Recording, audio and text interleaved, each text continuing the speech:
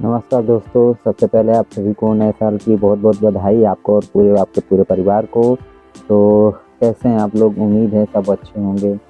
तो गाइस, मेरा नाम है धनंजय चौहान और ये मेरा यूट्यूब पे पहला वीडियो है और इस वीडियो में हम आपको बताने वाले हैं कि जो मेडिसिन होती है उसको खाने से क्या फ़ायदे होते हैं, क्या नुकसान होते हैं और किस काम में वो आते हैं।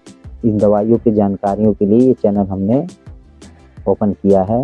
और सबसे पहले तो हम बात करेंगे कि जैसे जनरल मेडिसिन से, जैसे कि कोई भी नॉर्मल हर एक आदमी जानता है कि कुछ मेडिसिन होते हैं जो नॉर्मली सब जानते हैं, जैसे पैरासिटामॉल हो गया।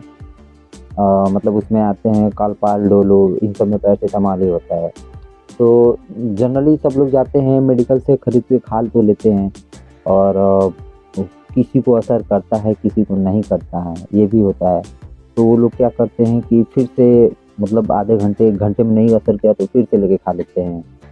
तो उसमें क्या फ़ायदे हैं और क्या नुकसान है उसके, ये भी हम आप लोगों को बताएँगे, वीडियो में बने रहिए। तो जैसे ये मेरे पास एक पैरासिटामॉल का बॉक्स है N650 mg में, और ये पैरासिटामॉल का है, ये 500 mg में है। दोनों में चीज़ वही है, बस जो पावर है वो कम है और एक में ज़्यादा है, एक में कम है।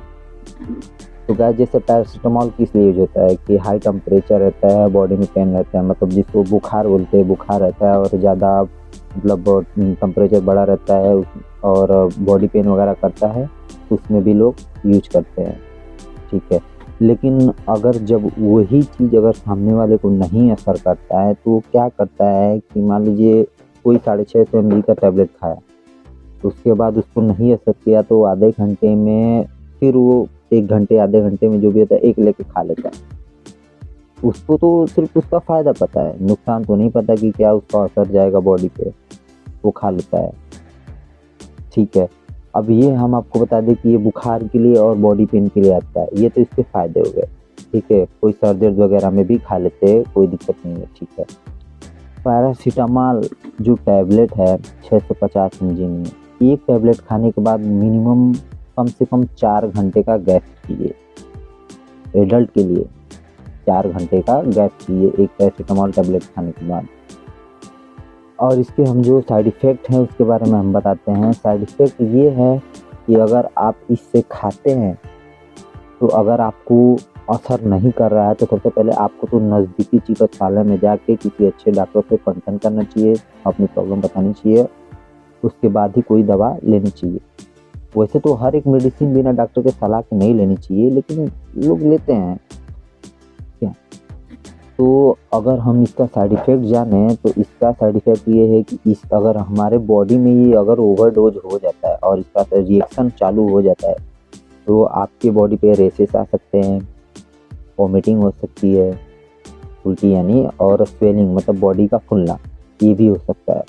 और सबसे डेंजर चीज़, किडनी, पैरासिटामॉल अगर ओवरडोज हो गया और आपका बॉडी पे शूट नहीं कर रहा है, अगर आप ज़्यादा खा रहे हैं तो किडनी फेल भी हो सकती है और आपकी डेथ भी हो सकती है।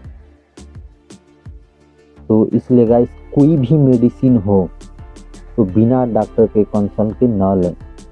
अगर आपके पास नॉर्मल है ठीक है, अगर नहीं असर कर रहा है तो आपको नज़दीकी चिकित्सालय में जाके सलाह लेनी चाहिए।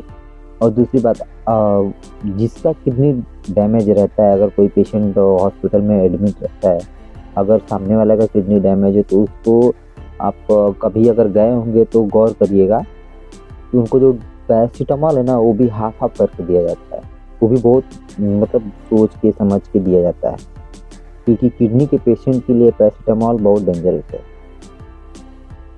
तो गाइस, ऐसा ना करें, कोई भी दवा हो आप डॉक्टर से कंसल्ट करके ही लें। तो गाइस, चलिए आपसे हम मिलते हैं अगले वीडियो में एक नए मेडिसिन के जानकारियों के साथ। तब तक के लिए जय हिंद।